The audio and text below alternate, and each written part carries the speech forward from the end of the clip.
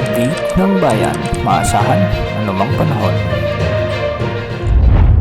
Magandang oras po sa ating lahat. Narito na ang pinakahuling update sa magiging lagay ng ating panahon sa araw na ito at sa mga susunod pang mga araw. Sa kasalukuyan, ang low pressure area o LPA na dati nating binabantayan bilang Bagyong Kaloy ay huling namataan sa layong mahigit kumulang 500 kilometers silangan ng Birac, Catanduanes at batay ito sa pinakahuling datos ng Pag-asa. Huminama ito at wala ng direktang banta sa anumang bahagi ng bansa.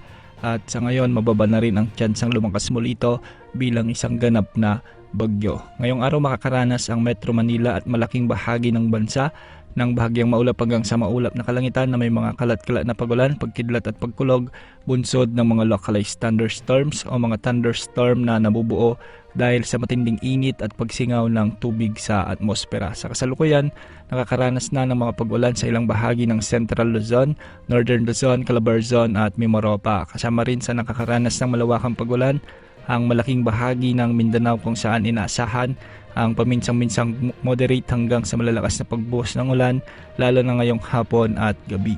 Pinapayuhan natin ang mga residente sa mga mabababang lugar at bulubunduking bahagi ng mga nabanggit na rehiyon na manatiling alerto dahil posible pa rin ang biglaang pagbaha at pagguho ng lupa lalo na kapag tumagal o lumakas ang thunderstorms activity. Sa Northern Luzon, asahan ang maulap na kalangitan na may mga kalat-kalat na pagulan at pagkulog lalo na sa hapon at gabi. Posible ring makaranas ng biglaang malalakas na buhos ng ulan sa ilang bahagi ng Cagayan Valley at Cordillera Administrative Region. Sa Central Luzon naman, kabilang na ang Tarlac, Pampanga, Nueva Ecija, Bulacan at Zambales, inaasahan ng mainit na panahon sa umaga, ngunit may mataas na tsansa ng mga thunderstorms pagsapit ng hapon at gabi.